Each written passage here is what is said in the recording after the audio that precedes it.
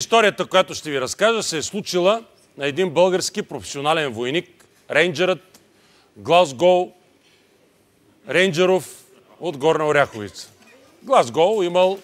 Благодаря. Понякога се наслаждавам на бурни аплодисменти и това ме прави много щастлив. Глазгол имал огромен опит в международните мисии. Още през 1992 година заминал за Камбоджа, където най-голямото му постижение било, че хванал глисти като пепелянки. После прекарал няколко години в Ирак. Там един от американските ми колеги дори го качил да се повози на изтребител и вдигнал такава скорост, че налягането в самолета станало поне 10 G, но рейнджерът скромно твърдял пред приятелите, че било около 6 G.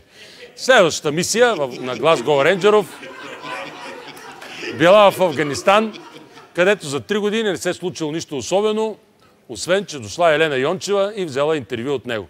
След като приключил военната си кариера, Глазгол Рейнджеров се оттеглил в родната си Горна Оряховица и кротко харчил парите си в кварталната кръчма, като разказвал героични истории за подвизите си на местните пияници.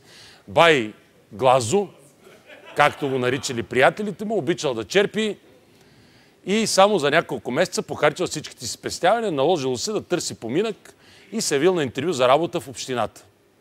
Какъв предишен стаж имате? Попитал го общинския служител. Той казал, бил съм 20 години в армията.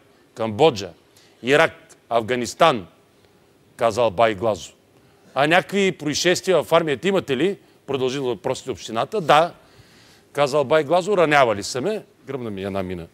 Тук отдолу гръмна и отнесе топките. Добре, казал, той също не е добре, но каквото се случило, назначен сте, работното време е от 9 до 5, вие елате утре в 11. Ама, защо, нали, щом времето, работото от 9 до 5, че той да чака в 11, очудил се Бай Глазо. Вижте сега, това е общинска работа. Сутрин 2 часа си драпаме макарите, така че няма смисъл да идвате преди 11.